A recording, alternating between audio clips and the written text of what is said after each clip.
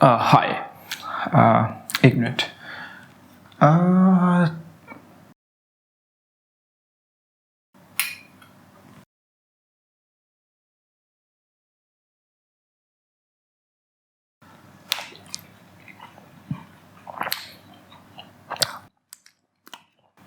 नया PC build तो कुछ मीठा तो बनता है कि नहीं। एक्चुअली अगर तुमने मेरी पुरानी वीडियो देखी हो और उसमें मेरे कैबिनेट का साइज देखा हो और जिस साइज का अब ये कैबिनेट है और जितना खतरनाक है पीसी बिल्ड है, उस हिसाब से थोड़ा एक्स्ट्रा मीठा बनता है कि नहीं। तो अभी अपने पास कैडबरी सेलिब्रेशंस तो है नहीं, है ना, डेयरी मिल्क का ये ऐड है नहीं, तो अपना ओल्ड फैशन रसगुल्ला ना। इससे पहले हम पीसी बिल्ड की बात करें, मैं ज़रा पहले तो हाथ धो के आता हूँ एंड फिर आपको स्पेक्स बताता हूँ अपने नए पीसी बिल्ड के। एंड बहुत ही मैसिव पीसी बिल्ड है। So wait a minute. So hello guys, welcome back to PC YouTube channel and मेरा न्यू पीसी बिल्ड। मैंने रिसेंटली बोला था कि देखो अपन लोग ने जो है वो नए सेटअप में अपन लोग मूव हुए हैं और तो नया पीसी बिल्ड करना तो बनता है। तो मैंने एक नया पीसी बिल्ड किया है। अभी क्या किया है, क्या कंपोनेंट यूज़ करें, ये तुमको इसी वीडियो में एंड में तुम देखोगे तो तुम्हें पूरा वीडियो में सब कुछ पता चल जाएगा। लेकिन इसके कंपोनेंट्स क्या है, मैंने ये क्यों चूज़ किया, पहले थोड़ा बहुत उसके बारे में डिस्कस करते हैं, फिर मैं तुम्हें बिल्ड के बारे में बताता हूँ। देखो, सबसे पहली बात तो मैं थोड़ा बहुत डिस्कशन इसके बारे में ऑलरेडी कर चुका हूँ कि मैं कौन सा पीसी बिल्ड यूज़ कर रहा हूँ, मैं कौन से कंपोनेंट यूज़ करने वाला हूँ वगैरह। मैंने थोड़ा एक डिस्कशन वीडियो उसके बारे में डाला था, तो हो सकता है आप लोगों ने वो देख लिया हो। अगर देख लिया है तो अच्छी बात है, नहीं देखा तो थोड़ा सा ब्रीफ। यहाँ पे मैंने जो ये मैसिव सा कैबिनेट यूज़ किया ना, ये है कॉर्सर का 7000X RGB। अभी आप बोलोगे पीसी वाले भाई एयरफ्लो करते थे, अभी तुम्हारा एयरफ्लो किधर गया, ये तो फ्रंट में ग्लास है, तो इसके बारे में भी तुम्हें पता चलेगा, है ना। और ये कितना मैसिव कैबिनेट है, लाइक तुमने अगर मेरी पुरानी वीडियो में देखा तो उसमें मेरा कैबिनेट लगभग मेरे यहाँ तक आता था, ठीक है। और अब ये जो कैबिनेट आ रहा है वो यहाँ तक आ रहा है और ये पीछे भी रखा हुआ है और ये ह्यूमंगस कैबिनेट है, ठीक है। मेरा जो डेस्क है इसके ऊपर ये मॉनिटर जो दिख रहा है ये 32 इंच का मॉनिटर है। 32 इंच का अगर तुम्हारे घर में कभी टीवी हो ना, उस टीवी के जितना पास तुम अपने उसके बैठते हो मॉनिटर के, उतना पास अपने टीवी के पास बैठ के देखना, फिर तुम्हें पता चलेगा 32 इंच का मॉनिटर कितना लगता है। तो ये एक ह्यूज मॉनिटर है। मैं सिर्फ एक प्रोस्पेक्टिव दे रहा हूँ कि मॉनिटर कितना ह्यूज है। नाउ मेरा जो डेस्क है उसके ऊपर ये मॉनिटर भी रखा हुआ है और ये ह्यूमंगस सा कैबिनेट भी रखा हुआ है। अगर तुम कंपेयर कर पा रहे हो तो जाके देखो मेरे 32 इंच का मॉनिटर के सामने ये कैबिनेट कितना लग रहा है। लाइक दोनों का साइज कंपैरिजन देख रहे हो, लाइक कितना है, ठीक है। तो तुम उससे आइडिया लगा सकते हो ये एक्चुअली में कैबिनेट कितना ह्यूज होगा। मैं स्क्रीन के बाहर तो आके आपको दिखा नहीं सकता और वीडियो में इतना आइडिया लगता नहीं है ना। तो ये कैबिनेट सच में ह्यूमंगस कैबिनेट है और ये दो मेरे डेस्क में आई हुई है। मेरी डेस्क कोई छोटी मोटी डेस्क नहीं है, मेरी डेस्क एक्चुअली में काफी बड़ी साइज की डेस्क है। तो ये दोनों चीजें जो मेरे डेस्क में आई हुई है ये ह्यूमंगस है ना। सबसे पहले बात करते हैं कैबिनेट की। तो कैबिनेट के पीछे स्टोरी क्या है, देखो मैंने ये कैबिनेट क्यों चूज करा। फर्स्ट ऑफ ऑल देखो, मुझे ऐसा कैबिनेट चाहिए था जिसको कि मैं फ्यूचर में अपग्रेड कर सकूं, मतलब कैबिनेट को नहीं, उसके अंदर के कंपोनेंट्स को, और एक वर्सेटाइल कैबिनेट मुझे चाहिए था। तो मेरे पास दो ऑप्शन थे। एक था कॉर्सर का 4000X RGB, 5000X RGB, multiple options थे। वैसे तो मेरे पास लिए O11 डायनेमिक का भी ऑप्शन था क्योंकि बहुत सारे लोग उसको यूज़ करते हैं। लेकिन एक्चुअली में दिक्कत क्या हुई, दिक्कत हुई मेरे पास जो AIO है ना, मेरे को AIO की दिक्कत हो गई और RGB की, क्योंकि मैं चाहता था कि मैं ऐसे कंपोनेंट यूज करूं जिनको कि मैं एक ही सॉफ्टवेयर से कंट्रोल कर सकूं, मुझे 10 तरीके के सॉफ्टवेयर ना डालने पड़े। पहला मेरा कंसर्न। दूसरा कंसर्न मेरा ये था कि मेरा पीसी बिल्ड जो हो वो एकदम ऐसा हो कि कूल एंड क्वाइट हो, बढ़िया हो, ताकि मैं अभी देखो मेरा पीसी बैकग्राउंड में रन कर रहा है, अभी यहाँ पे माइक लगा हुआ है, अगर ये पीसी लाउड होगा तो तुमको नॉइज सुनाई देगी, जो कि मैं नहीं चाहता था। तो मैं चाहता था कि एक मैसिव पीसी बिल्ड हो जो कि एयरफ्लो में अच्छा खासा हो और नॉइज ना करे। ये मेरा दूसरा कंसर्न था। तीसरा कंसर्न ये था कि भाई कुछ हटके भी होना चाहिए, मतलब जो बाकी लोगों ने ना यूज करा। अब ये सारी चीजें फुलफिल करने के लिए देखो कुछ एक अतरंगी कैबिनेट मुझे चाहिए था। तो यहाँ पे देखो मैं अगर O11 की तरफ जाता तो O11 डायनेमिक बहुत सारे लोग यूज कर चुके हैं ऑलरेडी, और मेरे पास कुछ ऐसा यूनिक कैबिनेट नहीं होता कि मतलब O11 डायनेमिक यार कितने लोगों ने यूज कर लिया। एक समय था जब O11 बहुत यूनिक था, लेकिन अब O11 हर कोई यूज कर रहा है। मुझे अगेन जैसे मैंने बोला भाई पीसी वाले का पीसी बिल्ड हो रहा है, कुछ डिफरेंट होना चाहिए। एंड एक और मेरा कंसर्न था, वो ये था मुझे 420mm का AIO फिट करना था। अभी चलाने को मैं इस अपने सिस्टम को 360mm के AIO में भी चला सकता था, बट जब मेरे पे 420 पड़ा हुआ, मैं 360 क्यों लगाऊं? पीसी वाले का पीसी है, 360mm इज फॉर किड्स, हम लोग 420mm लगाएंगे। कम ऑन गाइस, तुम लोग को क्या लगता है पीसी वाले 360mm लगाएगा? नहीं, 420mm बेसिक है मेरे लिए। तो 420mm, तो ये सब चीज़ें लेके मैं कंफ्यूजन में था और मेरे सामने बहुत सारे ऑप्शंस थे कैबिनेट्स के मल्टीपल, बट मैंने ये कैबिनेट चूज़ करा बिकॉज पहली बात ये अकेला कैबिनेट 25,000 का आता है। तो अगर आप में से कोई इसको बाय करने की सोच रहा हो तो थोड़ा सोच समझ कर डिसीजन लेना बिकॉज ये कैबिनेट सच में एक्सपेंसिव है। एंड लियनली का O11 डायनेमिक आता है तुम्हारा around 12 to 13,000 may be depending on कि तुम एक्सेल ले रहे हो। एक्सेल वाला लोगे तो मेरे ख्याल से शायद वो 15 to 17,000 में पड़ेगा क्योंकि उनके अलग अलग वेरिएंट आते हैं, रेजर एडिशन, ROG एडिशन। तो डिपेंडिंग ऑन के मतलब तुम्हें घूम फिरा के मतलब वो 12 से 15,000 के बीच में दिखेगा लियनली O11 डायनेमिक। नाउ ये कैबिनेट आता है 25,000 का और ये O11 डायनेमिक नहीं है। O11 डायनेमिक इतने लोग यूज कर चुके हैं कि मैंने कहा भैया ना। तो मैंने कहा कॉर्सर का कैबिनेट ये है और ऊपर से अगर मैं कॉर्सर कैबिनेट यूज करता हूं तो मुझे कॉर्सर का IQ जो सॉफ्टवेयर है, एक ही सॉफ्टवेयर से मेरा सब कुछ कंट्रोल हो जाएगा। तो मेरा सॉफ्टवेयर वाला इशू था वो भी सॉल्व हो गया। इसके अंदर 420mm का AIO भी लग जाएगा। तो सारे जो मेरे इशूज थे ना वो ये कैबिनेट सॉल्व कर रहा था। तो मैंने कहा चलो इसी कैबिनेट की तरफ जाते हैं और मैंने ये चूज करा। और आप में से कई लोग होंगे जिनको मे बी ज्यादा एयर फ्लो चाहिए हो, मे बी कुछ और अच्छे फीचर्स चाहिए हो, तो इस कैबिनेट का एक एयर फ्लो वाला वर्जन भी आता है, ठीक है, तो तुम उसमें अपग्रेड कर सकते हो। और इस कैबिनेट के और भी फीचर्स है, जैसे इसका जो फ्रंट में ये टेम्पर्ड ग्लास दिख रहा है ये रिमूवेबल है। अब रिमूवेबल होने से देखो फायदा ये है कि कल के दिन अगर मुझे इसको और एयर फ्लो वाला बनाना है तो मुझे सिर्फ कुछ नहीं करना, मुझे पूरा कैबिनेट अपग्रेड नहीं करना, मेरे को सिर्फ इसका फ्रंट पैनल जो है वो निकालना है ग्लास वाला और मैं इसका individual front panel air flow वाला बाय कर सकता हूं अलग से। वो कॉर्सर की वेबसाइट पे तो मिल जाएगा। मुझे इसका ग्लास का पैनल निकालना है और एयर फ्लो वाला जो मैश वाला जो पैनल है उसको लगा देना है, बस सिंपल इतना है। बस मुझे पूरा कैबिनेट अपग्रेड करने की जरूरत नहीं है, मुझे कुछ अपग्रेड करने की जरूरत नहीं है। हर चीज तुम्हें कॉर्सर के इस कैबिनेट के जो है वो तुम्हें इंडिविजुअल पार्ट्स मिल जाएंगे। तुम इसके टेम्पर्ड ग्लास बाय कर सकते हो। तुम्हें अगर कैबिनेट के इस तरफ और इस तरफ दोनों साइड टेम्पर्ड ग्लास चाहिए तुम दोनों साइड टेम्पर्ड ग्लास लगा सकते हो। तुम्हें दोनों तरफ मेटल चाहिए तुम्हें दोनों तरफ मेटल वाला मिल जाएगा। तुम्हें फ्रंट में ग्लास चाहिए, तुम्हें फ्रंट में एकदम क्लोज चाहिए, तुम्हें फ्रंट में मैश चाहिए, तुम उसको अलग से बाय कर सकते हो, ठीक है, और अपना खुद का तरंगी कैबिनेट बना सकते हो। एक और फीचर जो इस कैबिनेट का बेस्ट मुझे लगता है वो ये है कि इसके अंदर देखो जो इसके टेम्पर्ड ग्लास जो साइड पैनल्स हैं वो हिंजेस वाले हैं, वो स्क्रू से जो है वो टाइट नहीं होते। आप जनरली कैबिनेट के अंदर देखते हो तो 4 स्क्रूज लगे होते हैं जिनके अंदर जो है वो तुम्हारा टेम्पर्ड ग्लास जिससे लगा होता है, लेकिन इसके अंदर हिंजेस हैं। तो हिंजेस से क्या होता है ये विंडोज की तरह इस तरीके से खुलता है। तो ये जो है वो काइंड ऑफ ईजी है, मुझे हर बार 4 स्क्रूज खोलने की जरूरत नहीं है। अगर मुझे अंदर कोई कंपोनेंट स्वैप करना है या कुछ भी ओवरक्लॉकिंग या कुछ भी चीजें ट्रबल शूट करनी है, कुछ भी करना है, मुझे अपना कैबिनेट खोलना है तो मुझे वो 4 स्क्रूज जो है वो अलग से खोलने की जरूरत नहीं है। तो ये काइंड ऑफ बेनिफिट है। दूसरा, इतना बड़ा ह्यूमंगस कैबिनेट है तो इसके अंदर मैं फ्यूचर में वाटर कूलिंग कर सकता हूँ, फ्यूचर में मैं और कंपोनेंट्स ऐड कर सकता हूँ, फ्यूचर में इसके अंदर मोटे से मोटा ग्राफिक्स कार्ड, बड़े से बड़ा मदरबोर्ड E80X हो तुम्हारा, या फिर तुम्हारा कोई ट्रिपल स्लॉट GPU हो, लिक्विड कूलिंग मुझे करनी हो, कहीं पर भी कुछ भी बड़े साइज का रेडिएटर कुछ भी लगाना हो मुझे इसके अंदर कोई दिक्कत नहीं आने वाली, ठीक है। तो ये काइंड ऑफ एक फ्यूचर प्रूफ एक वर्सटाइल कैबिनेट रह जाता है, तो इसलिए मैंने ये लिया। और ऊपर से देखो सबसे मेन रीजन 12-13 हज़ार का लियनली O11 डायनेमिक, ठीक है। अब मैं ये नहीं कह रहा हूं कि लियनली का O11 एक बेकार कैबिनेट है, नहीं। अगर आप ओन करते हो लियनली का O11 dynamic, congratulations to you, बहुत अच्छा कैबिनेट है, एयर फ्लो में अच्छा है, लिक्विड कूलिंग कर सकते हो, बहुत वर्सेटाइल है, बेहतरीन कैबिनेट, ठीक है। लेकिन यार बहुत लोग यूज करते हैं और पीसी वाले भी अगर तुम लगता है कि सेम कैबिनेट यूज करेगा तो थोड़ा सा कुछ हटके होना चाहिए ना। तो मैंने कहा यार वो 12-13 हज़ार वाला कैबिनेट छोड़ो, सीधा बजट बढ़ाते हैं और सीधा 7000X जो कि 25-27 हज़ार का आता है कैबिनेट वो लेते हैं, वो ज़्यादा बेटर रहेगा, ऐसा मेरे को लगा ना। अगर तुम पीसी इंडस्ट्री में नए हो तो तुम्हें नहीं पता होगा, लेकिन इस टाइप की चीज़ों को, या फिर कैसे ऐसे इस तरीके से पेश करूँ मैं, इस तरीके की चीज़ों को जो है हम लोग पीसी इंडस्ट्री में हम बोलते हैं BBC, यानी कि बिग ब्लैक कैबिनेट।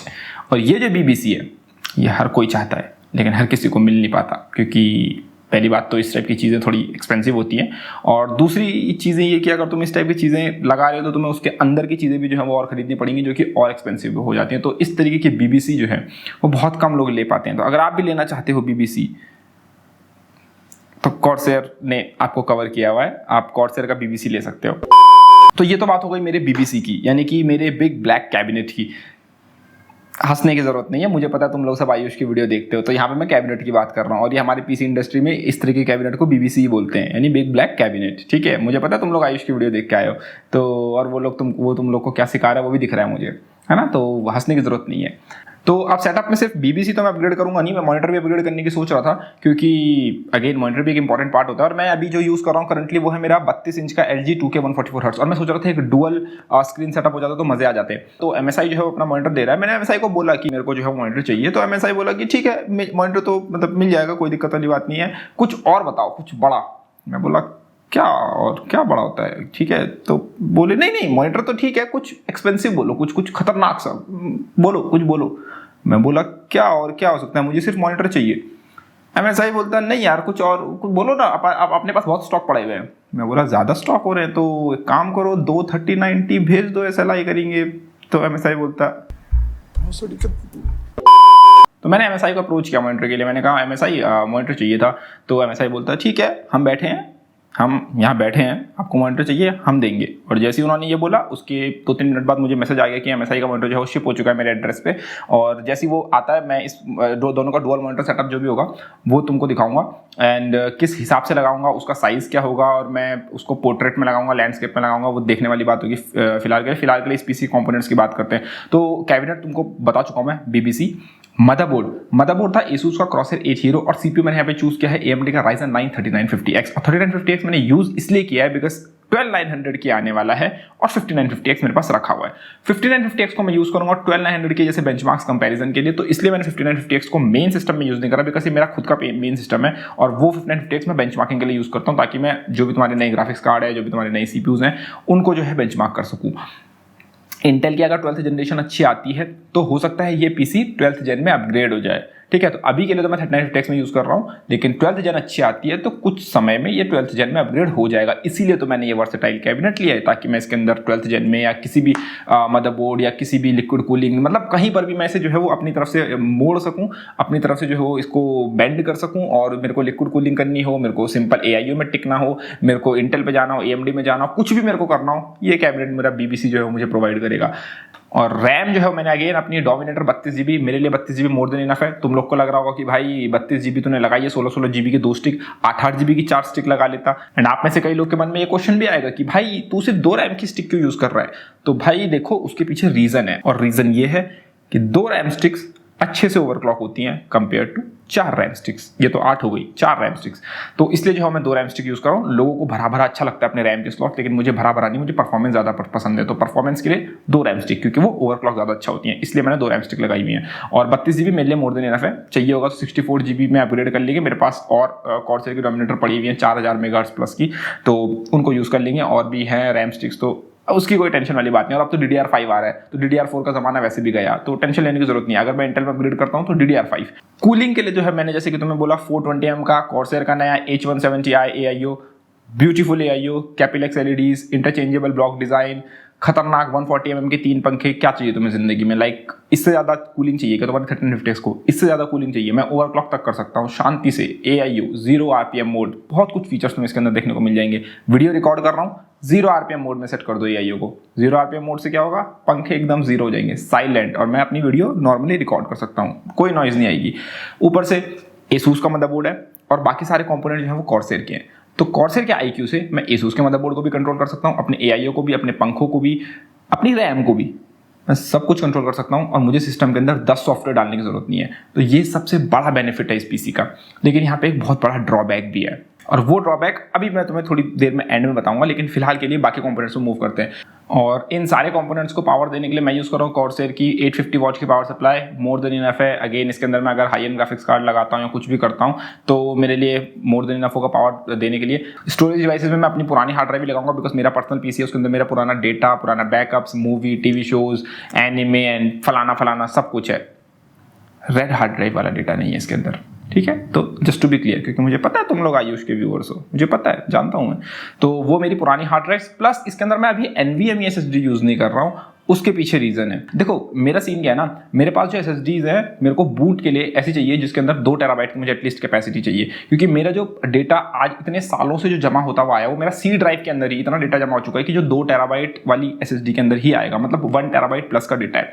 नाउ अगर मैं कोई NVMe SSD लेता हूं तो मुझे वो अपग्रेड ऐसी चाहिए होगी जो कि कम से कम 2 टेराबाइट की तो हो, तभी मैं अपना जो है वो मेन जो प्राइमरी विंडोज है उसको मैं कॉपी कर सकता हूँ, या फिर मैं बोलूँगा क्लोन कर सकता हूँ किसी दूसरी NVMe SSD में। और गीगाबाइट की ऐसी अकेली SSD मेरे पास थी जो कि 2 टेराबाइट की कैपेसिटी की थी। और मेरे पास जो और SSDs हैं, मेरे पास किंगस्टन की SSD पड़ी हुई है, मेरे पास आई थिंक WD की SSD पड़ी हुई है, और 1-2 SSD मेरे पास और पड़ी हुई है, आई थिंक एक क्रूशल की भी पड़ी हुई है। तो मैं उनमें जो है वो अपग्रेड इसलिए नहीं कर रहा हूँ बिकॉज वो सारी की सारी या तो 500 GB की हैं या 1 टेराबाइट की हैं।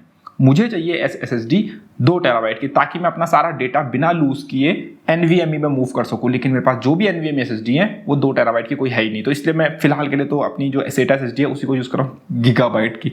अकेली गीगाबाइट की ऐसी चीज़ जो कि मैं तुमको रिकमेंड कर सकता हूँ, मजाक कर रहा हूँ, उनके कुछ मदरबोर्ड अच्छे हैं, इतने में बुरे नहीं है, ठीक है। तो ये यूज़ कर रहा हूँ मैं। बाकी तो इसके अंदर एज सच कुछ वो है नहीं, और मैंने इसके अंदर कुछ एज सच कुछ ऐसे फंकी शंकी कंपोनेंट्स जो हैं वो ऐड नहीं किए हैं। उसके पीछे रीजंस हैं।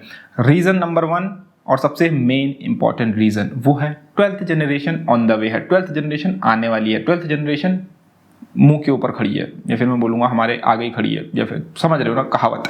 तो 12th जनरेशन क्योंकि मुझे अपग्रेड करनी है, तो अब देखो इसके अंदर मैं फंक्शन की कंपोनेंट्स डाल दूंगा तो फिर मेरे को अपग्रेड करने में दिक्कत आएगी। तो इसलिए मैं 12th जनरेशन का वेट कर रहा हूँ। अगर 12th जनरेशन अच्छी निकलती है तो अपन लोग 12th जनरेशन में अपग्रेड करेंगे। ऊपर से 12th जनरेशन के साथ सेकंड रीजन जो है वो है राइजन का 3D Zen 3D। अगर मुझे 12th जनरेशन इतनी इंप्रेसिव नहीं लगती है, मैं सोचता हूँ कि मुझे AMD का मदरबोर्ड मेरे पे रखा हुआ है, AMD का Crosshair 8, AMD का कह रहा हूँ Asus का Crosshair 8 Hero। अगर मुझे AMD में ही अपग्रेड करना है तो 12th जनरेशन से compete करने के लिए आ रही है Zen 3D, और Zen 3D अगर मुझे यूज़ करनी है तो मेरे पास भाई मदरबोर्ड तो ऑलरेडी रखा हुआ है। इंटेल के लिए मेरे को नया मदरबोर्ड लगाना पड़ेगा। तो दूसरा रीजन ये भी है। तो मैंने अभी फिलहाल के लिए जो है वो इसको रखा हुआ है, मैं फिलहाल के लिए इसको चेंज नहीं कर रहा हूँ। इसलिए मैंने एक बेसिक सा सिस्टम बनाया। मैंने इसके अंदर कोई लिक्विड कूलिंग नहीं करी, मैंने कोई फंक्शन की कंपोनेंट्स नहीं लगाए।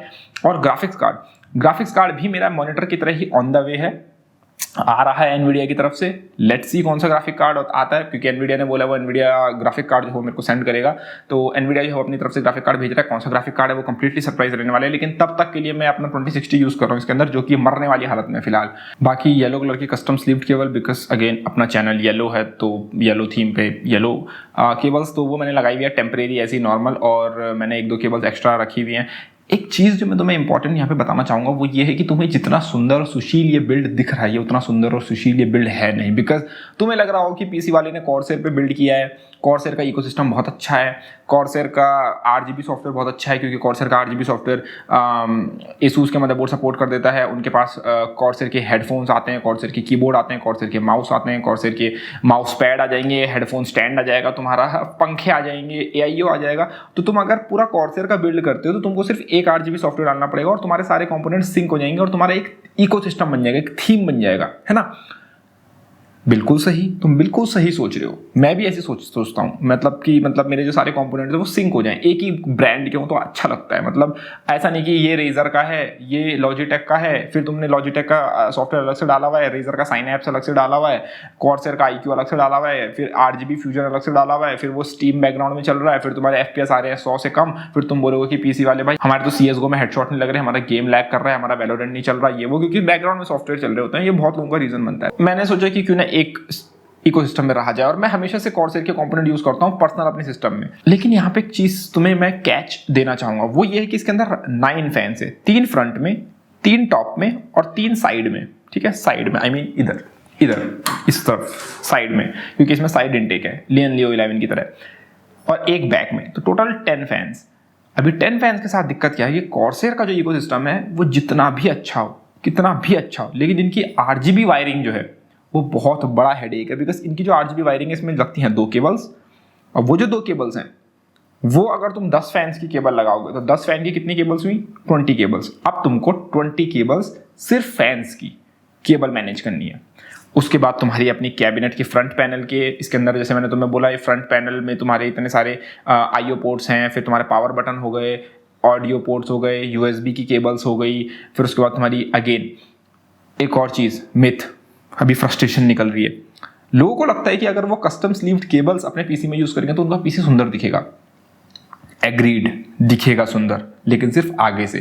कस्टम स्लीव्ड केबल जो है वो अगर तुम्हारे कैबिनेट में पीछे स्पेस नहीं है ना तो एक बहुत ज़्यादा मैस क्रिएट कर देती है। बिकॉज तुम्हारे पास पहले तो एक PSU की नॉर्मल साइज केबल है जिसको तुम राउट करते हो, तो वो एकदम फिक्स एक लेंथ से जो है वो राउट हो जाती है और तुम्हारे मदरबोर्ड में प्लग इन हो जाती है। कस्टम स्लीव्ड केबल क्या है कि तुमने उन केबल्स को एक्सटेंशन की तरह ऐड कर दिया। मतलब तुम्हारी पावर सप्लाई की केबल इतनी थी, यहां से आगे तुमने जो है वो अपनी कस्टम स्लीव्ड केबल उसमें अटैच करी, तो अब तुम्हारी टोटल लेंथ हो गई ये। तो अब जब तुम अपनी इतनी लेंथ की केबल को मदरबोर्ड में प्लग इन करोगे तो वो प्लग इन तो हो गई, लेकिन अब तुम्हें इतनी लेंथ की केबल को केबल मैनेज करना है। तुम उसको इतना बड़ा ऐसे फोल्ड करके गोला बनाओगे तार का और कहीं घुसेड़ दोगे तो वो इतनी ज्यादा स्पेस लेगा, सिर्फ एक केबल, और वो है 24 पिन।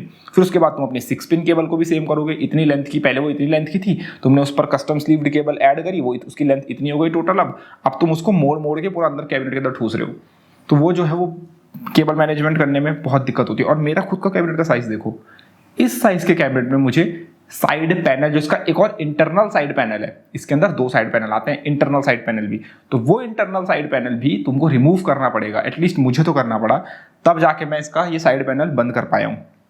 और ये साइड पैनल भी बंद ऐसा नहीं हो गया कि बस ऐसे बंद करा और हो गया, इसको भी मुझे थोड़ा फोर्सफुली बंद करना पड़ा, तब जाके ये बंद हुआ है। इतना बेकार केबल मैनेजमेंट है। अब देखो यहाँ पे मैं एग्री करता हूँ कि मेरा केबल मैनेजमेंट बहुत ही वाहियात है और मेरा केबल मैनेजमेंट बिल्कुल भी अच्छा नहीं है, और मैं एक पल के लिए यहाँ पे ना उन लोग की तारीफ करना चाहूंगा जो लोग केबल मैनेजमेंट एक्चुअली में अच्छे से करते हैं। जो लोग केबल मैनेजमेंट करते हैं उनको मैं बोलूँगा कि केबल मैनेजमेंट एक्चुअली में लिक्विड नाइट्रोजन ओवरक्लॉकिंग से ज़्यादा मुश्किल काम है। सच में ये मैं बोल रहा हूँ, मैं एक पल के लिए LN2 ओवरक्लॉकिंग कर लूँगा, बट मैं केबल मैनेजमेंट नहीं करने वाला। और ये केबल मैनेजमेंट मैंने जैसे किया है, मैं तुम्हें बता सकता हूँ कि अगर तुम सारा ऑल कॉर्सेयर मेरी तरफ सेम बिल्ड कर रहे हो, तो भाई पेशेंस के साथ और 8-10 घंटे निकाल के आराम से केबल मैनेजमेंट करना, क्योंकि मेरे से तो 8-10 घंटे निकाल के भी ये नहीं हुआ। एंड मुझे ज़रा भी फर्क नहीं पड़ता कि केबल मैनेजमेंट मेरा कैसा है, बिकॉज जब तक मेरा काम चल रहा है। और मैं तुम्हें बोल चुका हूँ कि मैं Zen 3D और इंटेल की 12th जनरेशन में जो है अपग्रेड करने वाला हूँ। तो अगर मैं अपग्रेड करूँगा तो मुझे अगेन दोबारा PC खोलना पड़ेगा, और वो जो सुंदर मैंने केबल मैनेज करी होंगी वो फिर से गंदी हो जाएंगे। तो इससे अच्छा केबल मैनेजमेंट करो ही मत, मैंने तो अंदर ठूस दी केबल्स। और मेरा तो यही तरीका है, अगर तुम्हें कोई यूट्यूबर बता रहा है केबल मैनेजमेंट कैसे करना है, तो जाके उसकी सुनो, ठीक है, उस यूट्यूबर को सब्सक्राइब करो, जाके लाइक करो, बिकॉज केबल मैनेजमेंट बहुत मेहनत का काम है, एटलीस्ट मेरे लिए। तो मैं बिना केबल मैनेजमेंट करने वाला बंदा हूँ। तो यहाँ से जो आगे की क्लिप्स हैं वो कुछ क्लिप्स ऐसी हैं जो मैंने हैंड हेल्ड कैमरे से रिकॉर्ड करी हैं, और वो बिल्ड के दौरान मैंने कुछ टिप्स एंड ट्रिक्स एंड कुछ जो भी मेरे को मैंने स्पेसिफिक कंपोनेंट्स किस वे में लगाए और क्यों लगाए, उनके पीछे क्या रीजन था, वो मैंने एक्सप्लेन करें। तो उसको जाके देखो। बाकी वीडियो को लाइक शेयर एंड चैनल को सब्सक्राइब करना बोले। धन्यवाद, take care guys. On board audio from the camera, ये कैमरे की ऑन बोर्ड ऑडियो है। अब जैसे कि तुम लोग देख सकते हो, ये है तुम्हारा PCI पावर, ठीक है। इसके अंदर तुम्हारा 8 पिन एंड एक और 8 पिन, 2 8 पिन है, और ये कनेक्ट हो रहा है यहाँ से, ठीक है। तो यहाँ पे ये सिंगल 8 पिन है, यहाँ पे देखो 2 8 पिन है, ठीक है। इस तार से 2 8 पिन बन रहे हैं, और यहाँ पे कितना है, सिंगल 8 पिन। तो अगर तुम एक हाई एंड PC बिल्ड कर रहे हो, ठीक है, अभी तो ये कॉर्सेर की 850 वॉट है, and I can assure you कि ये जो है वो मे बी एक 8 पिन से हैंडल कर लेगी। बट ऐसा कभी मत करना अगर तुम्हारी पावर सप्लाई में है। अगर तुम्हारे ग्राफिक कार्ड में 2 8 पिन के स्लॉट हैं, ठीक है, तो अब तुम कर क्या सकते हो, तुम ये कर सकते हो कि इन दोनों को अपने ग्राफिक कार्ड में ऐसे लगा दो, और ये पावर हो रहा है एक 8 पिन से। या फिर तुम मेरी तरह कर सकते हो और एक और केबल लो, ठीक है, इसको अटैच करो इधर, ठीक है, एंड इस 8 पिन को एंड ये वाला जो दूसरा वाला है, इस 8 पिन को यूज़ करो। इससे देखो तुम्हारे ये थोड़े फ्री कनेक्टर्स रह जाएंगे जो कि तुम्हें केबल मैनेज करने पड़ेंगे, बट ऐसा है कि तुम्हारा पावर जो है वो डिस्ट्रीब्यूट हो जाएगा 2 कनेक्टर्स में। तो जो तुम्हारे हाई एंड ग्राफिक्स कार्ड हैं वो ज़्यादा पावर कंज्यूम करते हैं, वो जो है तुम्हारा मे बी पावर सप्लाई के फूकने के चांसेस कम हो जाएंगे। ऑल्दो मोस्ट पावर सप्लाई ऐसी चीज़ें हैंडल कर लेती हैं, बट कुछ चीप पावर सप्लाईज होती हैं जो हैंडल नहीं कर पाती हैं। तो just to be on the safer side आप ये चीज़ कर सकते हो। सो एक और चीज़, ये जो प्लेट है, इस तरीके की रिटेंशन प्लेट, ये तुमको मिलेगी कैबिनेट के टॉप में। अभी मैं क्या कर सकता हूँ, अपना रेडिएटर जो है वो इस पर लगा सकता हूँ, और जैसे ही मैं इस पर अपना रेडिएटर लगाऊंगा, मुझे अलग से रेडिएटर को यहाँ पे होल्ड करने की जरूरत नहीं है कैबिनेट में। मैं यहाँ पे रेडिएटर लगाऊंगा और फिर रेडिएटर लगा के इसी प्लेट को कैबिनेट के जो है वो ऊपर पे रख दूंगा। तो उससे जो है वो अपना AIO माउंटिंग ईजी हो जाएगी। तो ये भी पूरी डिटैचेबल है थंब स्क्रूज से। एंड एक नॉर्मल PC बिल्ड की तरह केबल मैनेजमेंट, बड़ा सुंदर सा। और ये देखो, इस कैबिनेट को मैंने लिया इसलिए, या फिर मैंने इस कैबिनेट को चूज़ इसलिए किया ताकि मुझे केबल मैनेजमेंट ना करना पड़े। मैंने यहाँ से जो हार्ड ड्राइव केस था इधर वाला, उसे रिमूव कर दिया ताकि मैं यहाँ सारे केबल्स ठूस सकूँ। और कभी भी कस्टम स्लीव केबल अगर तुम लोगे ना, तो एक चीज़ ध्यान में रखना है कि ये ना केबल मैनेजमेंट करने में बड़ी दिक्कत करती है, क्योंकि तुम एक्स्ट्रा केबल्स ऐड कर रहे हो, और वो एक्स्ट्रा केबल्स जो है वो पीछे कैबिनेट में तुम्हारी दिक्कत करेंगे। और इतने बड़े कैबिनेट में मुझे अभी दिक्कत आ रही है, तो सोचो अगर तुम किसी छोटे कैबिनेट में बिल्ड करोगे तो तुम्हें कितनी दिक्कत आएगी। और ये देखो, ये बंद नहीं हो रहा है, ठीक है। तो मुझे और अच्छी केबल मैनेजमेंट करनी पड़ेगी ताकि एटलीस्ट ये चीज़ बंद हो।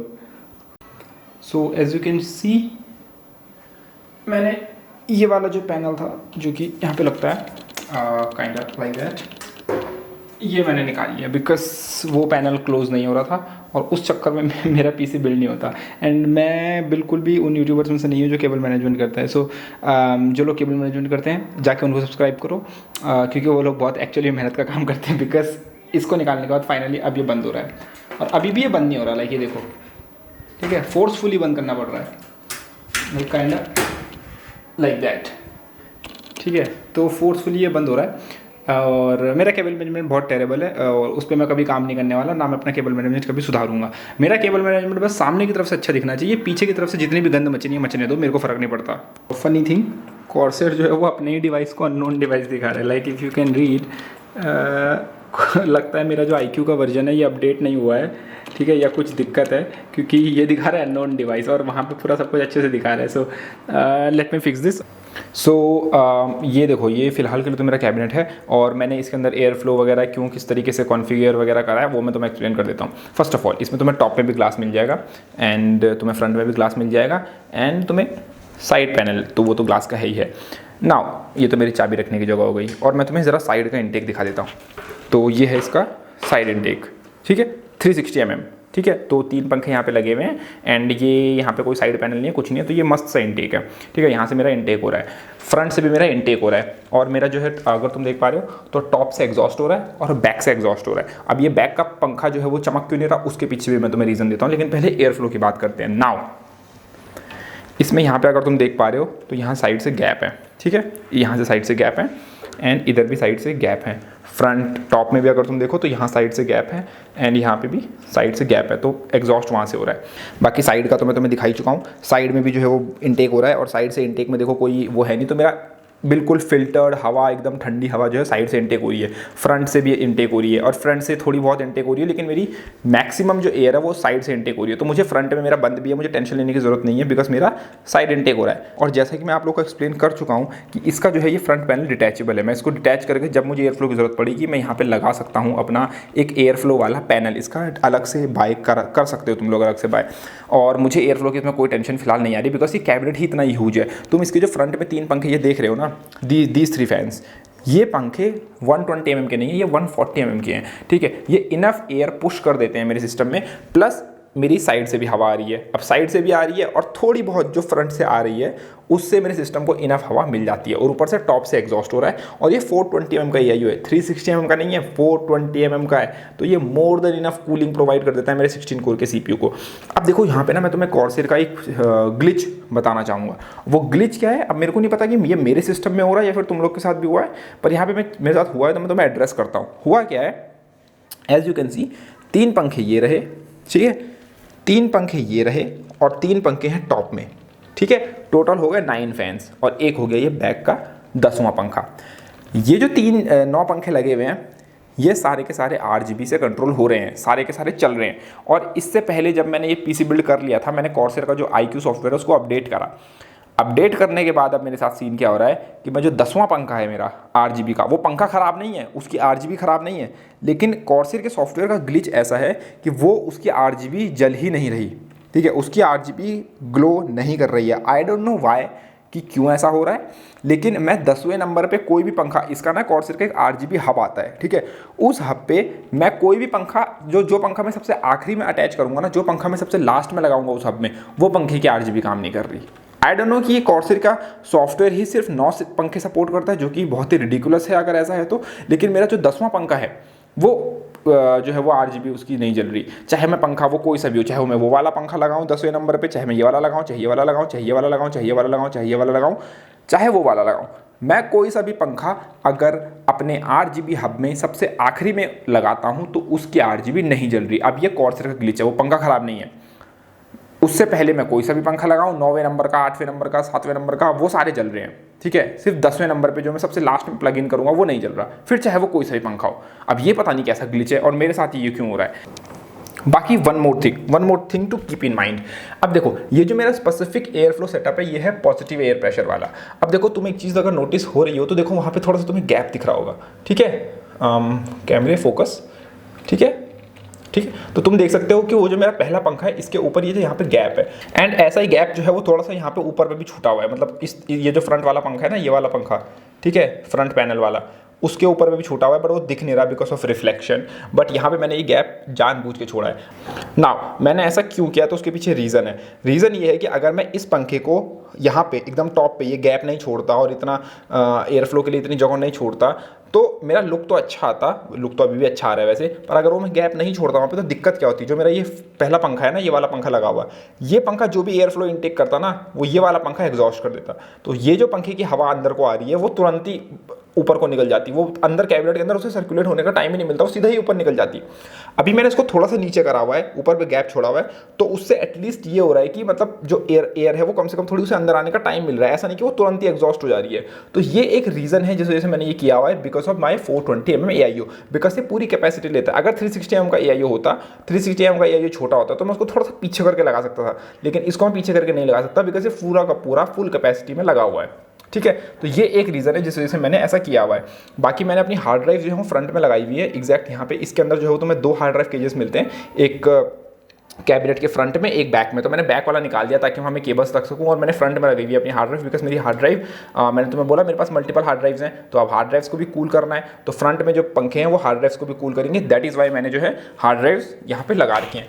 और एक और चीज़ अगर तुम्हें नहीं नोटिस हुई अभी तक तो तुमको नोटिस हो रहा होगा, मैंने अभी तक ये फिल्म जो है प्लास्टिक फिल्म ये नहीं निकाली है, like as you can see मैंने अभी तक ये नहीं निकाली है, और मैं इसे निकालने भी नहीं वाला, बिकॉज लोग तुमको जनरली यूट्यूब पे दिखेंगे जो कि पील कंफर्ट, तुमको किस तरीके से तुम इस प्लास्टिक फिल्म को निकालोगे यहाँ पे से, ठीक है, इससे जो है वो लोगों को ऑर्गेज्म आता है, लाइक उनको एक अलग सी फीलिंग आती है। इवन मैंने ये स्टिकर तक नहीं निकाला है यहाँ पे से, ठीक है, और उसके पीछे एक स्पेसिफिक रीज़न है। वो स्पेसिफिक रीज़न है कि मैं ट्रू इंडियन हूँ, ठीक है, और ट्रू इंडियन होने के नाते मैं जो है वो इस फिल्म को तब तक नहीं निकालने वाला जब तक या तो खुद से नहीं उतर जाती, या फिर मेरे कैबिनेट के पीसी के ऊपर गंदी वाली बहुत ही बुरी वाली धूल नहीं जम जाती। जिस दिन बुरी वाली धूल जमेगी उस दिन मैं इस फिल्म को, प्लास्टिक रैप को, या जो भी ये है इसको जो है वो निकालूंगा, और मेरा कैबिनेट जो है फिर से नया नवेला चमक जाएगा। ठीक है, तो इसलिए मैंने इसको अभी तक नहीं निकाला है, और मैं किसी को पील कंफर्ट नहीं देने वाला यहाँ पे। ठीक है, वो कहीं और बहुत सारे चैनल है उधर पे जाके लेना। ठीक है, और बाकी इंटरनली कैसा दिखता है ये, तो देखो जैसे मैंने तुम्हें बोला था ये डोर हिंज वाला है, तो ये इस तरीके से खुल जाता है and you can C inside my cabinet. ठीक है, एंड यहाँ पे ये ब्यूटीफुल सा पैनल दिया है जिसको तुम केबल मैनेजमेंट के लिए यूज़ कर सकते हो। ठीक है, एंड यहाँ पे मैंने एक और SSD के लिए जगह छोड़ी हुई है, और ये ठीक है, बाकी ये अपना नॉन RGB जो कि पंखा, मतलब ये RGB पंखा है बट ये जल नहीं रहा, जैसे कि मैं तुम्हें ऑलरेडी बता चुका हूँ। ठीक है, बाकी तुम केबल्स देख सकते हो, तुम्हें बिल्कुल नहीं दिखेंगी, ज़्यादा से ज़्यादा तुम्हें एक केबल दिखेगी, वो ये है, वो कॉर्सेर की AIO की केबल है, और वो की मैं छुपा नहीं सकता उस चीज़ को। बाकी देखो ईजिली तुम इसको बंद कर सकते हो, मुझे 4 स्क्रू लगाने की ज़रूरत नहीं है, मुझे कुछ करने की ज़रूरत नहीं है, अपना कैबिनेट क्लोज्ड। ठीक है, तो बड़ा ही मैं बोलूँगा इसे ब्यूटीफुल सा डिज़ाइन जो है वो कॉर्सेर ने यहाँ पे चूज़ किया। बाकी तुम साइड पैनल से इनटेक देख सकते हो, 3 इनटेक यहाँ साइड से हो रहे हैं, तो मुझे फ्रंट में मेरा क्लोज्ड है उसकी टेंशन ही नहीं है, हो जा भाई क्लोज, कोई दिक्कत की बात नहीं है। जितना मेरा लिक्विड कूलर है, जितनी मेरी कैपेसिटी है, और जितना बड़ा ये कैबिनेट है, उस हिसाब से ये कॉन्फ़िगरेशन मेरे लिए बेस्ट है। बाकी जिस वक्त पे मुझे ज़्यादा एयरफ्लो की ज़रूरत पड़ेगी, आई कैन जस्ट इसको नॉर्मली देखो इस तरीके से ये पॉप हो जाता है, और मैं इसको रिमूव कर सकता हूँ, तो मेरा जो है वो ऊपर से एयर फ्लो हो गया है ना। तो मैं इस तरीके से एयर फ्लो इसका कॉन्फ़िगर कर सकता हूँ, मुझे ऐसा कुछ वो करने की ज़रूरत नहीं है। इसका सब कुछ डिटैचेबल है, सब कुछ कॉन्फ़िगरेबल है, एंड जस्ट इसमें पॉप सॉकेट वाले स्क्रूज लगे हुए हैं, तो ऐसे ही पॉप अंदर हो जाता है। ठीक है, बाकी तो मुझे इसमें कुछ कॉन्फ़िगर करने की ज़रूरत नहीं है, जैसे एयर फ्लो चाहिए होगा बस डिटैच कर दो, कोई दिक्कत की बात नहीं है, और या फिर दूसरा साइड पैनल ही खरीद लो, है ना। तो पूरा कैबिनेट जो है वो कस्टमाइजेबल है, जैसे बोलता है ना, जैसे तुम अपने पीसी को कस्टमाइज़ करते हो, तुम अपने हिसाब से कॉम्पोनेंट चूज़ कर सकते हो, वैसे इस कैबिनेट के अंदर तुम जो है वो डिफरेंट चीज़ें अपने हिसाब से चूज़ कर सकते हो, जो कि बहुत ही ब्यूटीफुल है। ठीक है, तो ये था मेरा पूरा कॉन्फ़िगरेशन जिसको मैं चेंज करूँगा। बाकी वो रही सुंदर सी डोमिनेटर 2 स्टिक्स। ठीक है, तो अगेन लाइक शेयर सब्सक्राइब कर देना। ठीक है, बाय बाय।